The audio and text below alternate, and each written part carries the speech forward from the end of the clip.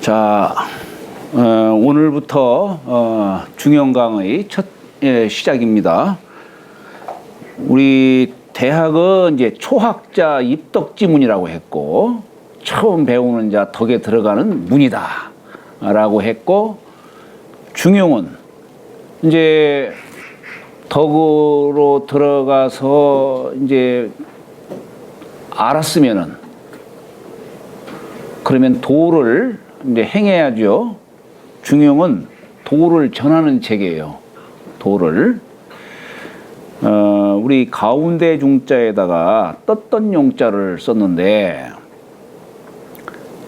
이 중이라고 하는 의미는 뭐냐면, 뭐 우리 여러분들 뭐 흔히 하는 얘기가, 야 뭐 중심 잡아라, 중심 잡아라 하는 그런 의미로 생각하시면 돼요. 이걸 조금 더 이제 철학적으로 이걸 우리가 이해할 필요가 있죠. 간단히 말씀드리자면, 뭐 뒤에 나중에도 자세하게 설명하겠지만은, 우선 중이라고 하는 것은 뭐냐, 어느 한쪽에 치우치지 않는 걸 중이라고 하는 거예요. 네? 어느 한쪽으로 치우치지 않는 걸. 역이라고 하는 것은 불변한 걸 말하는 거예요. 불변이라기보다 불역, 바꾸지 않는 걸 말하는 거예요. 그러니까 이 중으로서 진리를 알고 실상을 알았다면, 용은 그 중을 계속 유지하는 것을 용이라고 하는 거예요.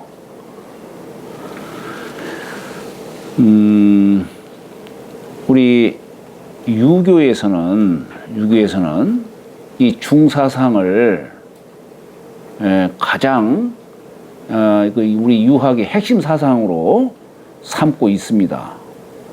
그래서 우리가 중용을 나가면서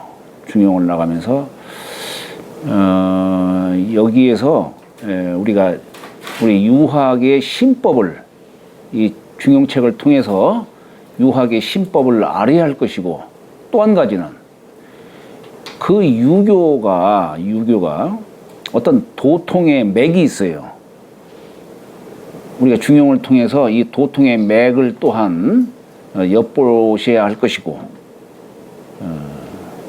또 우리 대학은 입덕지문이라고 했지만은 중용은 도를 전하는 책이라고 했죠. 그러니까 늘 유학은, 우리 대학에 보면 수기치인지서라고 주자가 수기치인지학이라고 얘기를 했죠. 나 자신 수양을 하는 것, 이건 나 자신에 대해서 뭐 갈고 닦는 거라고 얘기했었지만은, 치인은 세상을 다스리는 거예요. 유교는 안으로 밖으로 요 두 가지를 겸하는 겁니다. 그래서 유교의 전통은 늘 이렇게 세상을 위해서 사신 성현들, 이런 분들을 사표로서 우리가 존숭하는 거예요. 사표로. 많이 깨닫고 뭐 그것이 중요한 게 아니라 세상을 위해서 자기가 갈고 닦은 학문을 세상을 통해서 어떻게 사셨는가, 늘 세상을 생각하신 그런 분들을 우리는 사표로서 삼는 겁니다. 네? 사표로서 존숭하는 거예요. 여기 중용이라는 책이 바로 그겁니다. 어떻게 우리 대학 책에서도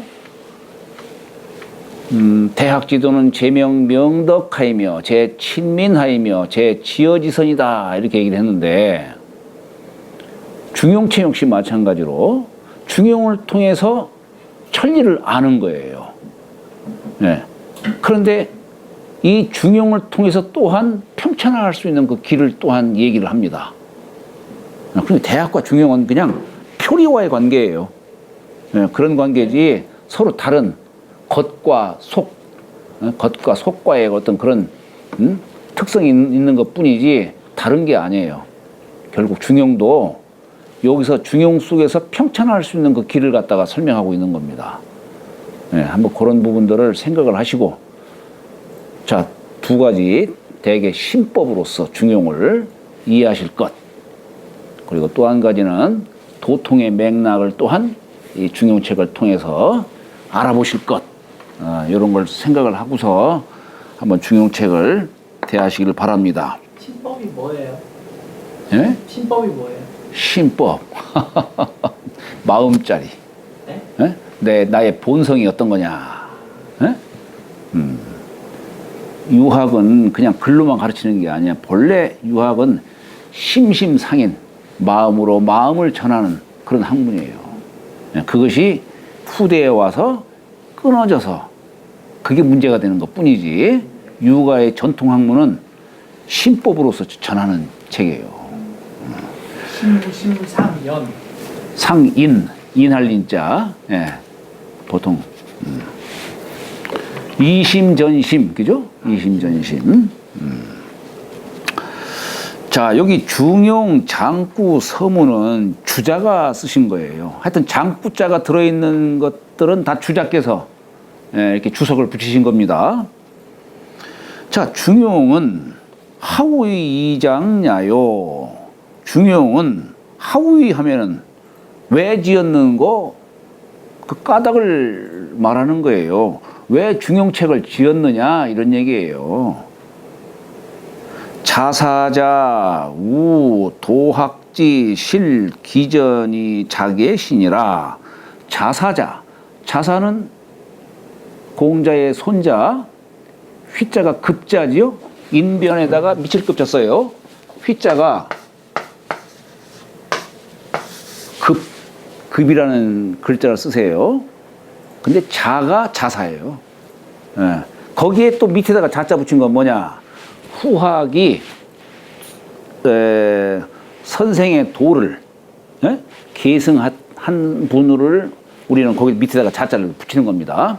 후학 종사지칭이다. 이게 후학 종사지칭이다. 그러니까 자사가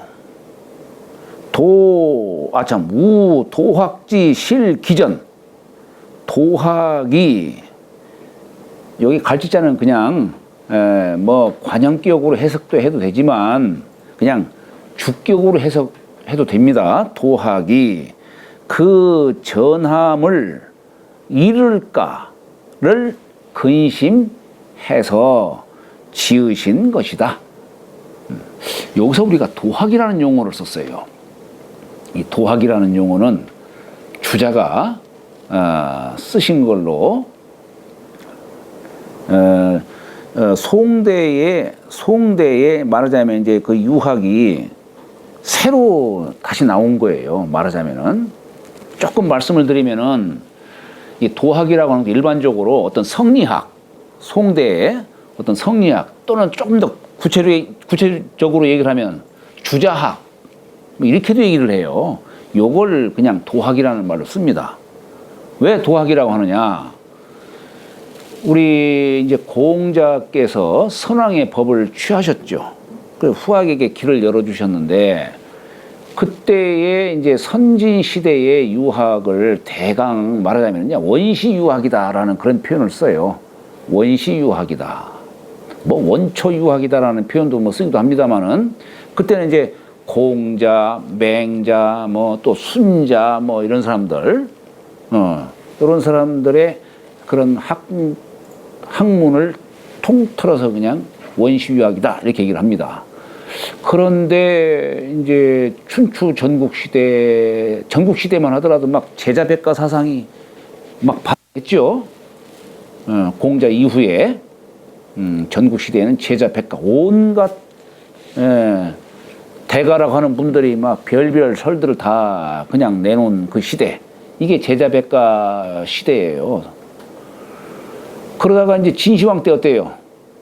분서갱유 난을 거쳤죠. 분서갱유, 그죠? 그러다가 이제 한나라가 들어섰어요. 한나라 때는 다시 유학이 국교가 됐지만 그때는 훈고학이 발달됐어요. 왜냐하면 진시황이 이제 막 책을 불살르고 하다 보니까 이 책이 온전히 전해진 바가 없어요. 그래서 그 뒤에 이제 그나마 이제 옛날 유생 다 위었던 걸 갖고서 이제 어떻게 기록이 되고 해가지고 이렇게 이제 전해졌다 보니까 그걸 갖고서 이제 공부를 하게 됐는데 그러다가 나중에 공자의 벽 속에서 글들이 쏟아져 나온 거예요. 응? 그래서 여기를 갖다가 이제 금문과 고문 간에 막 그 여러 논쟁이 아주 심할 정도로 벌어지게 된 겁니다. 금문과 고문. 우리 칠서백경이다. 뭐 천자문에도 그런 말 나오죠. 그러니까 이 한나라 때에는 주로 유학이 그러니까 훈고학 뭐가 바르냐, 이제 고증을 하고 막 이제 그런 것들이 주로 이루어졌죠. 그러다가 이제 나중에 뭐 5호 16국 시대는 뭐 아주 뭐 그냥 그때 당시에는 유학자들 사이에서는 아이고 말세라고 할 정도로 굉장히 어지러웠던 시대였었고 그러다가 이제 당나라가 들어섰죠. 당나라가 들어섰을 적에는 뭐 이제 그때는 어떤 도학이라는 이학이라고 하는 이런 개념이 없이 문장이 대단히 뭐 화려했어요. 그래서 사장지학이라는 말 씁니다. 사장지학, 그 음풍농월하고 시를 읽고 뭐 이런 그런 등등의 것들, 이런 글들 주로 그때는 아마 이제 도교라든가 불교 계통이 성했겠죠. 당나라 때에는 그런 게 성했어요. 그러다 보니까 유학이 갖고 있는 어떤 그런 철학 체계 이런 것들이 별로 이렇게 나오지를 못했어요. 그러다가 이제 송나라 때 들어서서 주렴계 선생이 어떤 이학이라고 하는 것을 말하자면 이제 제창하셨다고 볼 수 있어요. 보통 옛글에서는 그걸 이제 선하라는 말 써요.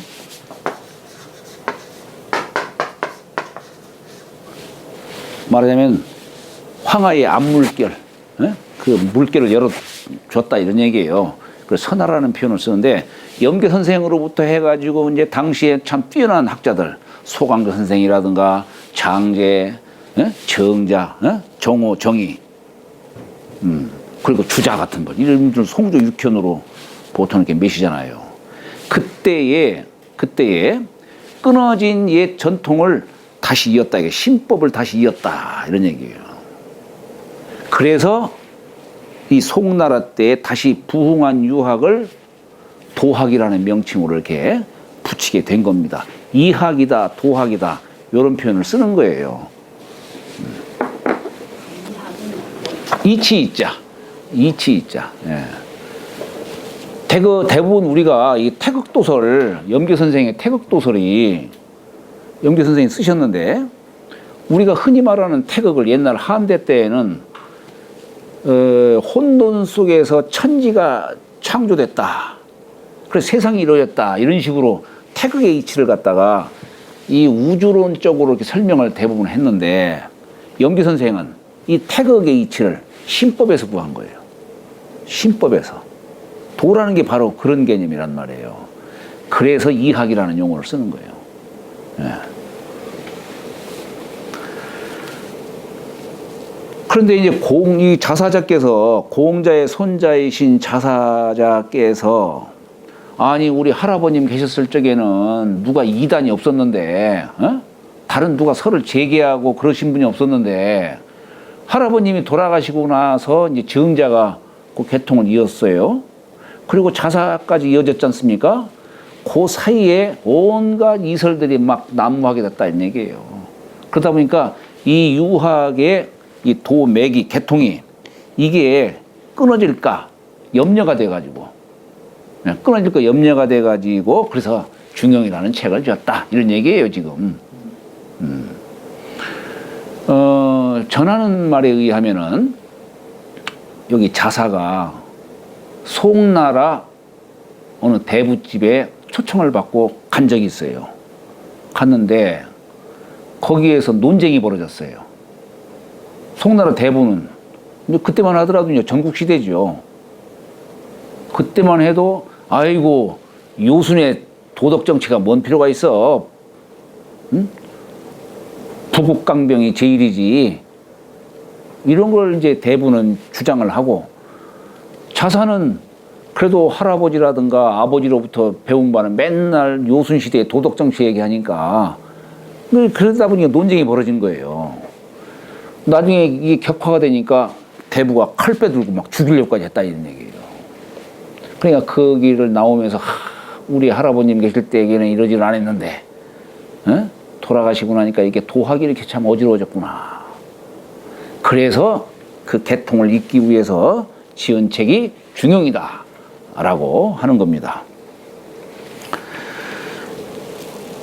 자, 계자상고로 성신이 개천 입극이 도통지전이 유잘의 의라.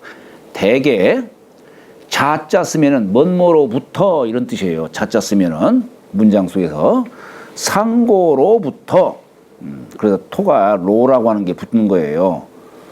성신이 이 성인을 우리가 이해할 수 없는 그런 경지에 이르신 분, 그런 분을 성신이라고 붙인 거예요. 신자 붙인 것은 성신이 개천입극. 개천은 뭐냐? 이을 개자에 하늘 천자죠. 하늘을 계승해서 입극, 극을 세우셨다 이런 얘기예요. 극을 세웠다. 물론 성인의 경지로서도 이 표현을 할 수가 있는 것이고, 뭐 성인이 깨우쳤다는 게 뭐겠어요? 하늘의 뜻을 아는 것이지. 입극은 뭐냐? 말하자면 이제 천자의 자리를 얻어서 세상을 잘 다스릴 수 있는 도, 그 지극한 도를 입극이라고 한 겁니다. 극을 세웠다 이런 얘기예요. 말하자면 황극의 도를 세웠다 이런 얘기예요. 황극.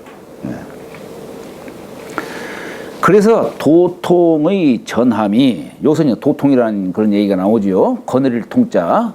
도통의 전함이 유잘의 의라. 스스로 내려옴이 있느니라. 경즉, 기현 경즉. 여기 볼견자를 나타난다라고 할 적에는 나타날 현자로 읽습니다. 그 경에 나타난 즉 윤집골중. 윤집골중. 자, 우리가 여기서 중용의 중자의 의미가 여기서 나오는 거예요. 이게 진실로 윤자죠.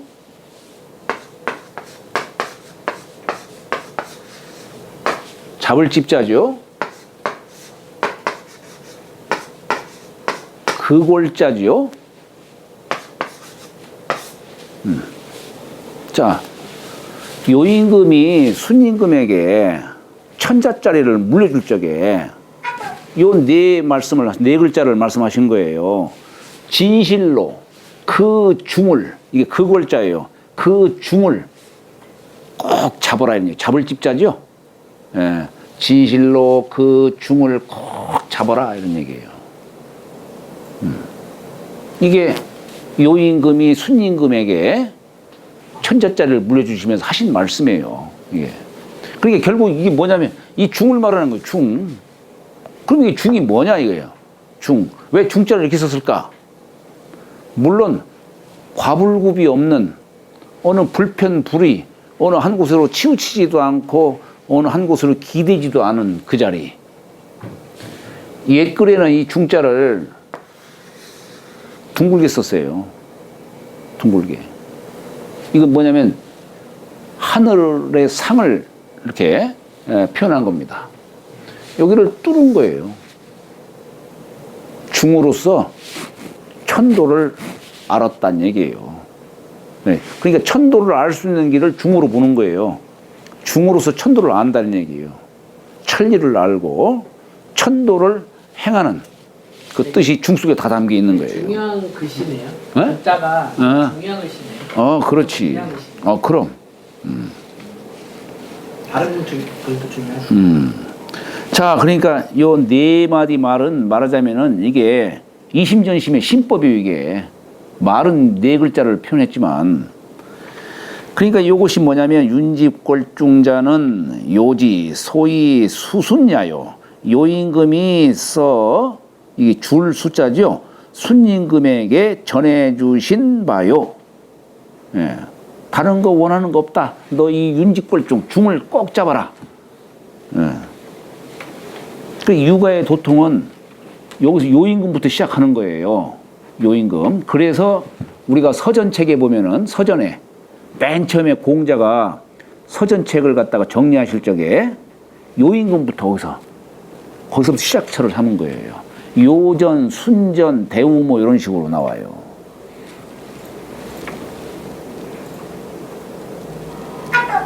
그리고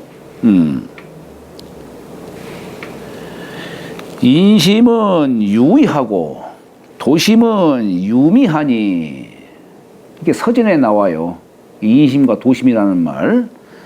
자, 인심은 뭐냐면 우리가 마음자리, 이 마음자리라고 하는 것이 하나지만 이 마음자리 속에는 두 가지 마음을 품고 있다 이런 얘기예요. 그것을 인심과 도심으로 얘기를 합니다.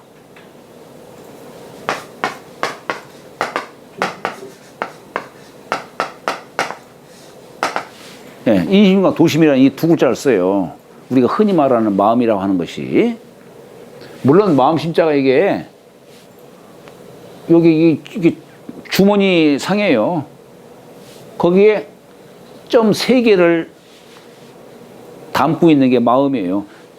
마음 방촌지간, 눈으로 볼 수 없고 참 가장 작은 용량 단위로서 이렇게 설명을 하고 있지만 여기에 천지인 삼재를 다 담고 있다는 얘기예요. 그래서 마음자를 깨치면은 천지인 삼재를 다 경계 없이 드나들 수 있고 한다 이런 얘기예요. 그런데 이 마음은 본성은 선하지만 사람이 세상 살다 보면은 이 탐욕, 욕심으로 인해 가지고 거기에는 늘 또 다른 마음이 나오는 거예요. 혼탁한 마음이 나오는 거예요. 요거 좀 저기 해야겠네. 이게 이제 그러다 보니까 이 마음을 규정하기를 인심과 도심의 이 두 종류로 설명하는 거예요. 두 부문으로. 자, 그럼 인심이라는 건 뭐냐? 인심은 나 이거 하고 싶다, 나 이거 하기 싫다라고 하는 그런 마음, 혈기지심을 말하는 거예요. 혈기지심. 도심은 본연한 마음이죠. 본연한 마음. 그러니까 본연한 마음이라는 게 뭐냐면 본성자리를 말하는 거예요. 그래서 사람은 늘 어떤 일을 할 적에 늘 두 가지 마음이 표출되는 거예요.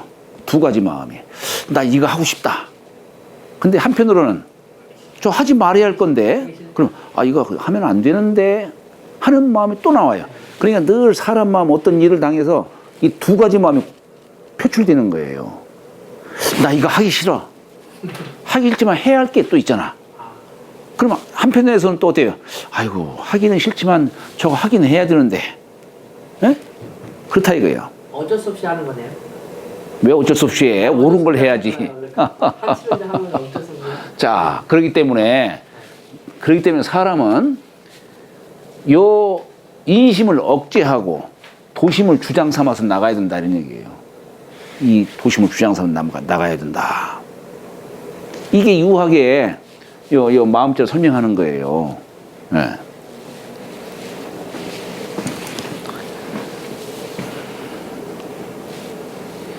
자, 그래서 이게 이제 요임금이 중을 잡아라라고 하는 요 말씀은 요임금이 순에게 전해주신 바요 한데, 그런데 인심은 유의하고 오직 위태롭기만 해요. 자기 하고 싶은 대로, 하기 싫은 대로 하기도 하고 안 하기도 하니까 갈수록 위태로워지는 거예요. 도리를 생각하지 않으니까. 그런데 또 반면에 또 그러기 때문에 도심은 갈수록 도대체가 어디 있는지 알 수가 없어. 도심을 알 수가 없어요. 그래서 도심은 유미하니, 은미할 미자, 보이질 않아요. 뭘 보고서 알았으면 좋겠는데 뭐가 선한지 약한지를 알았으면 좋겠는데 알지 못해. 자, 그러니 유정유일이라사. 유정은 뭐냐면 이 정은 세밀하게 파고 들어가는 걸 말하는 거예요. 정밀하게. 그러니까 자세하게 파고들어서 이게 옳은지 그런지를 알아내는 게 유정의 뜻이에요. 유정. 네. 그리고 유일은 일자는 한결같다는 뜻이에요. 이건 뭐냐면 이제 알아서 선을 잡았으면은 요걸 한결같이 해야지. 한결같이 한결같이 그 선을 유지를 해야 되는 것이지 이게. 그래야만이 윤직걸숭할 수 있다 이런 얘기예요. 그러니까 순임금이 이것은 그러니까 이게 윤직골중에다가 요 세 마디 말을 덧붙인 거예요. 예. 순임금이 우임금에게 전수하신 바니라. 전수하신 바니라. 요지 이러니 요임금의 한마디 말씀, 이게 윤직골중이죠. 요임금의 한마디 말씀이 진의 아주 지극하고도 다함이 있다 이거예요. 뭐 여기 더 말이 필요 없다는 얘기예요. 진의. 그런데 순임금이 부익지 삼원자는 여기 회복할 복자를 다시 할 적에는 부라고 읽어요. 다시 여기 익지 삼원자는 써이자가 있으면은 무엇으로써 이를 더했다 이런 얘기예요. 세 마디 말로써 이를 더한 것은 그 얘기는 뭡니까? 윤직골중 앞에다가 인심은 유의, 인심유의, 도심유미, 유정유일 요 세 마디 말을 더한 거예요. 이걸 더한 것은 소위 명부 요지 이러니 필여시 이후에 가석이 예라. 저 부자는 저 부자의 3인칭 뜻하는 저 요임금의 한마디 말씀이 필여시 이후에 반드시 이와 같이 한 이후에 순임금이 더 세 마디 말을 덧붙인 것 그와 같이 한 뒤에 가히 서기는 가깝다. 거의 뭐에 가깝다 하는 뜻이에요. 가히 요임금의 말씀과 또는 천리, 진도, 도와 거의 가까울 것임을 밝힌 바니라. 개상 논직헌데 대개 상자는 일찍이 상자예요. 일찍이 상. 요걸 우리가 맛볼 상자도 돼요. 우리 일찍이 상자 쓰기가 좀 그렇죠? 이렇게 쓰면은 여기 숭상할 상자예요. 여기다가 맛지자 쓴 거예요. 맛지자. 맛을 맛보는 거예요. 이게. 그 일찍이 상자도 되고 일찍이 상자 쓰면 뭐뭐 한 적이 있다. 경험을 나타내는 그런 뜻으로. 그런 뜻도 되고 맛볼 상자도 되고 그렇죠. 자, 그러니까 대개 일찍이 이를 논하건대 심지 허령지각이 요 마음자리. 자, 여러분들 다시 한번 조금 제가 말씀을 드린다면은 마음이라는 걸 하나의 보따리로 얘기를 할 수 있어요. 보따리. 근데 이 사람의 이 마음은 어디서 왔느냐? 부모가 전해줬냐? 그게 아니에요. 좀 더 근원을 추구하면은 하늘이 전해줬다. 하늘이 전에 정해준 것을 요걸 명이라고 하는 거예요. 명. 명이라고 하고 요걸 사람이 받은 거예요. 요걸 성이라고 해. 그러니까 요것은 하느님의 그 명을 사람이 그대로 이걸 뭐라고 하냐면 자 요걸 유가에서는 요걸 이치리자라고도 얘기해요. 이치 뭔가 보이지 않는 참 지고 지순한 그 어떤 진리. 예를 들어서 하느님의 그 종자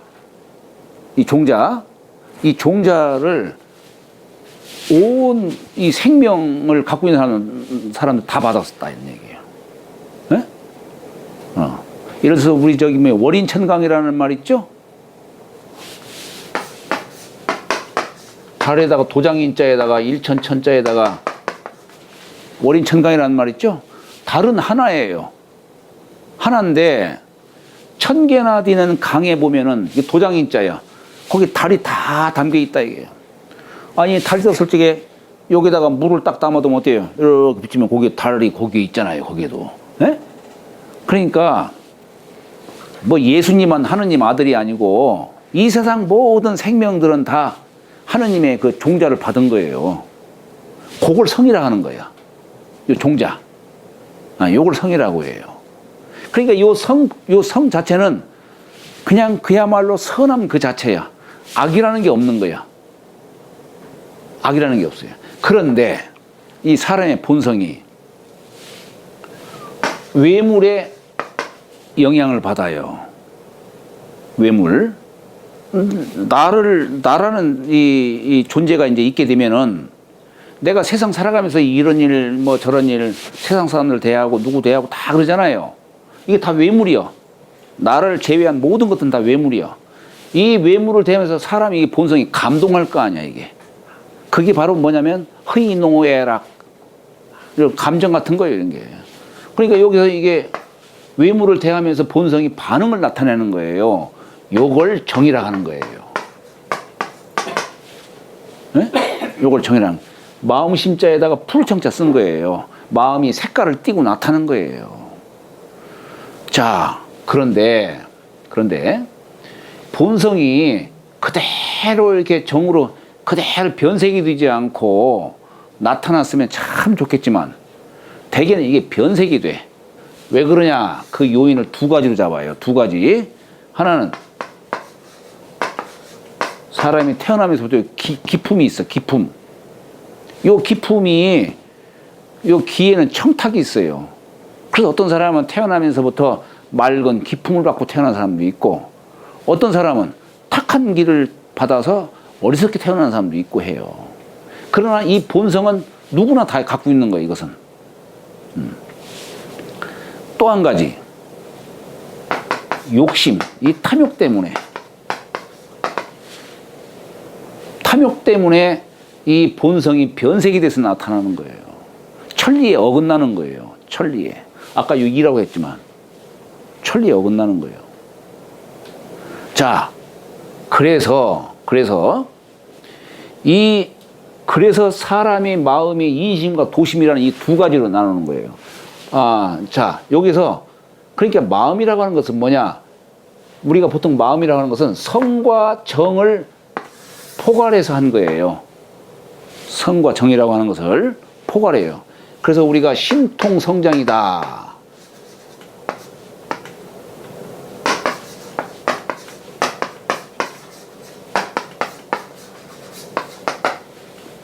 마음은 성과 정을 다 거느리고 있다. 이 두 가지다. 그래서 여기에서 요게 그 사이에 여기 기질과 탐욕이 여기에 내재가 되다 보니까 마음이 이 두 갈래가 나오는 거예요. 마음이. 그래서 사람들은 공부를 하는 사람들은 어떻게 해야 되느냐? 이심을 억제하고 도심을 주장을 삼아서 나가라 이런 얘기입니다. 이게 여기서 지금 이 중용에서 하는 얘기예요. 이게 윤직골중하라는 얘기는 뭐냐면 바로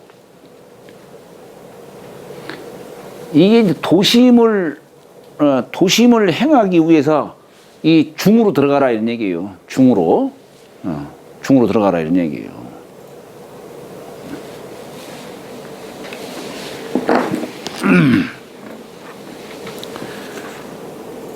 그래서 이 16글자는 유가의 아주 중요한 이 구절이 되는 겁니다. 인심은 유의하고 도심은 유미하니 유정유일이라야 윤집골중하리라. 16글자. 이런 건 시험에 나오니까 외워주시기 바랍니다. 이건.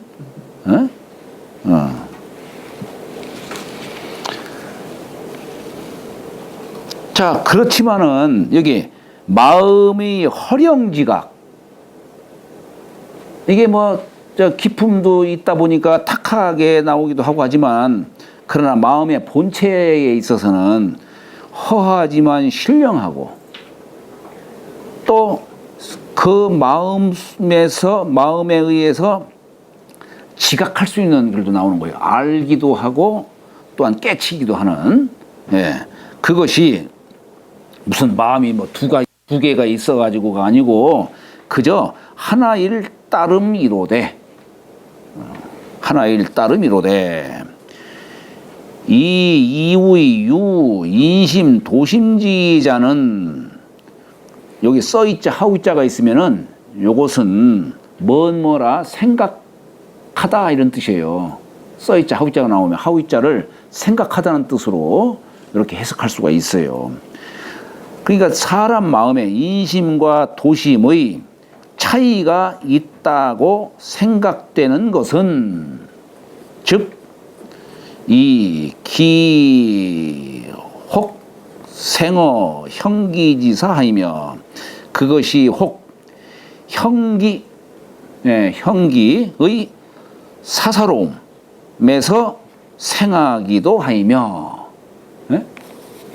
형기의, 이게 몸체를 갖다 보니까 이렇게 기질이 이렇게 탁한 사람도 있고 맑은 사람도 있고 그렇다는 얘기예요. 그러다 보니까 사심이 강한 사람도 있고 공심이 강한 사람도 있고 그렇다는 얘기예요. 또 혹 원어 성명지정 하니, 혹 성명, 여기 성은 사람이 받은 것이고 명은 하늘의 준 뜻으로 얘기하는 것이죠. 성명의 발음에 근원을 삼기도 하니. 자, 그러니 이 소위 위 지각자 부동이라. 그래서 지각하다, 지각하는 자 같지 않다고 생각하는 것이다. 시로 이 때문에 위태히 불안하고, 인심은 자꾸 호기심으로 그냥 위태롭게 자꾸 살아가니까 천리에 어긋나게 행동하고, 그러니까 갈수록 위태로운 거예요. 인심은 자기 하고 싶은 대로, 자기 하기 싫은 대로 가면 어떻게 되겠습니까? 나중에 그게 결국에 가서는 금수의 마음밖에 안 되는 거예요. 그런 말을 하죠. 옛날 사람들은 수면 불심, 얼굴 모습은 짐승 모습인데 마음은 부처님 마음이다 이 얘기. 옛날 사람들은. 요즘에는 불면수심. 요즘 사람들은 얼굴은 그냥 부처님 모습인데 마음은 그냥 짐승 마음이다 이런 얘기예요. 근원을 요즘 사람들은 자기 하고 싶은 대로 나가 있기 때문에. 그러니까 결국 그 마음은 어떻게 가느냐? 짐승 마음하고 똑같아질 수밖에 없다 이런 얘기예요. 근데 사람은 금욕도 할 줄 알아야 돼요. 그렇기 때문에 내가 뭘 하고 싶어도 이거 하면 안 돼. 이 마음이 딱 여기 들어가야 되는 거예요. 그래서 자신이 자꾸 절제하고 이렇게 해서 그래서 선한 길을 갈 수 있도록 노력을 해야 되는 것이죠. 도심이 주장이 돼야 되겠죠. 그래서 계속 그렇게 같지 않아서 이 때문에 사람이 혹 위태로워서 편안치 못하고, 혹 미묘해서 난견이라. 이게 미묘는 미자는 보이지 않는 거죠. 은미하다는. 그러니까 알 수가 없기 때문에 이건 이제 아까 위태의 불안은 인심의 관점에서 설명한 것이고 미묘의 난견은 도심의 관점에서 설명한 거예요. 미묘해서 보기 어려울 따름이라 귀자가 맨 끝에 있으면 먼 멋일 따름이다 이런 얘기죠. 연이나 인막불류 시형보로 그러나 사람이 막불하면 뭐 하지 아니함이 없다 이런 얘기예요. 이러한 형체가 사람의 이제 형체에 의해서 이게 정신이 담기니까 형체가 있지 아니함이 없는 고로 그렇기 때문에 수상지나 이 상지는 지극히 지혜로운 사람 성인을 상지라고 표현한 겁니다. 지극히 지혜로운 사람이나 그러나 아무리 지극히 지혜로운 사람이라 할지라도 형체를 갖고 있기 때문에 그렇기 때문에 불능무 인심이요. 인심이 없을 수 없고 누구나 다 아무리 성인이라 할지라도 인심은 감정은 이건 없을 수가 없다 이런 얘기예요. 사사로운 감정이 없을 수가 없다 이런 얘기예요. 또 영막불류 시성고로 아무리 어리석은 사람도 또한 이 본성 시성 이 본성이 있지 아니함이 없는 고로 누구나 다 본성이 있다 이거예요. 그렇기 때문에 수하우나 하우는 지극히 어리석은 사람이죠. 어리석을 우자예요. 우리 어리석을 우자가 글자가 어떻게 만들어졌을까?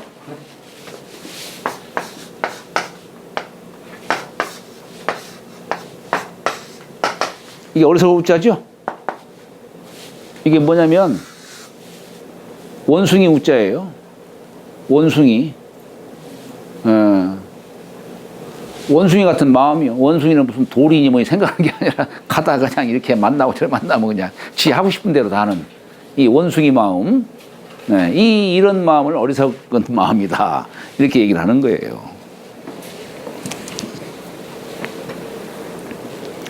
그러나 지극히 어리석은 사람이나 불능무 도심하니 그러나 지극히 어리석은 사람도 도심이 없을 수 없다 이런 얘기예요.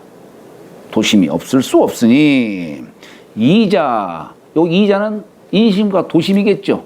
이 두 가지가 잡어 방촌지간 방촌지간은 모방자는 사방 초는 한 마디 한치 사람의 요 마음자리를 방촌지간이라는 말을 표현한 겁니다.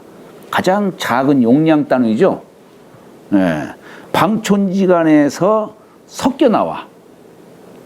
이 마음에서 인심과 도심이 섞여 나온다는 얘기예요. 그래서 부지, 소위, 취지적, 그래서 다스릴 바를 알지 못한 즉, 위자는 유의하고, 여기 유자는 더욱 유자로서 이렇게 씁니다.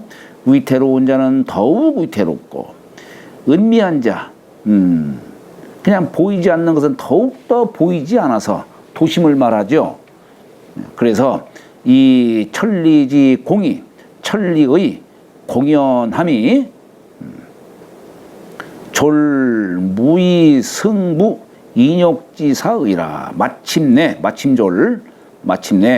무의하면은 뭐 하는 바 없다 이게요. 뭐 할 수 없다 이런 뜻이에요. 이런 건 수고로서 그냥 외워두시기 바랍니다. 저 인욕의 사사로움을 이길 수 없느니라. 결국엔 이기지 못하고 자기 그냥 습관. 자, 우리가 여기서 조금 한번 설명하자면 주역 책에 보면은 익힐 습자가 나와요. 습관할 때 쓰는 익힐 습자. 이 습자는 중지곤괴에서 나와요. 왜 중지곤괴에다가 습자를 썼을까? 이 습이라고 하는 것이 참으로 중요하다는 걸 얘기하는 겁니다. 이 습으로서 어떤 사람은 이 습을 잘 닦아가지고 어떤 사람은 성인이 되는 것이고 어떤 사람은 이 습을 잘못해가지고 악인이 된다 이런 얘기예요. 여기에 선악의 갈림길이 여기 곤괴 거기서부터 나오는 거예요.